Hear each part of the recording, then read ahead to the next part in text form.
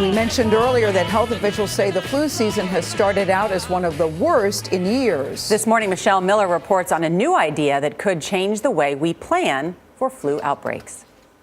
The same way they make weather forecasts, we're trying to make flu forecasts. Columbia University's Dr. Jeffrey Shaman is perfectly positioned to be the nation's first flu forecaster. There's no reason that we couldn't see in the foreseeable future them saying, we predict there's a 60% likelihood that the flu will peak in our local town here in 4 weeks.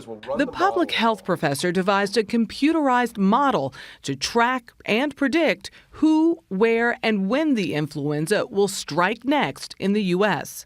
Same way that they were able to make predictions about how Hurricane Sandy was going to make landfall. That's the type of thing that we want to be able to do with the flu. Shaman created a mathematical equation that pulls data from an online Google search engine called Google Flu Trends and combines it with tried and true methods of weather forecasting.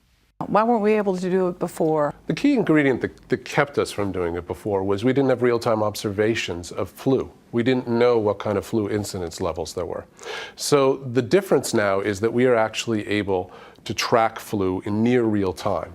All of that's Greek to me. Real time, mathematically speaking, is a concept easily lost in translation. But this ensemble of computations that Shaman and his team pulled together could allow them to predict the flu almost 7 weeks in advance. How is the outbreak going to evolve in, say, New York City? How is it going to evolve also in Dallas, comparatively? Accuracy, he says, is the key ingredient. Already, Shaman's formula has predicted what the CDC is now reporting, that flu activity not only started earlier than usual in places like Texas, but its impact is greater than any strain in the last 10 years. Is this method a game changer? That's a tough question. I don't think we'll be able to necessarily avoid catching the flu, but I think some better preventative measures might be taken if we have more information at our disposal that accurately predicts what's going to happen. Which could give public health officials better clues on where to distribute the biggest game changers of them all in the fight against the flu: vaccines and antiviral medications. For CBS This Morning, Michelle Miller, New York.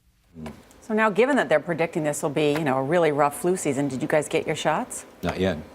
I've never gotten it. I'm always afraid, Nora. Yeah. Really? Have you ever gotten it? Oh, every year I'll get You it. do? I never get Just it. not yet. I got the kids one, but I have not taken care of myself yet. So let's take care of that today. Okay, absolutely. Let me know. Let me know how that goes for you Are too. you scared of needles? Terrified of needles. Terrified. Are you serious? Yes. And flying, but that's okay.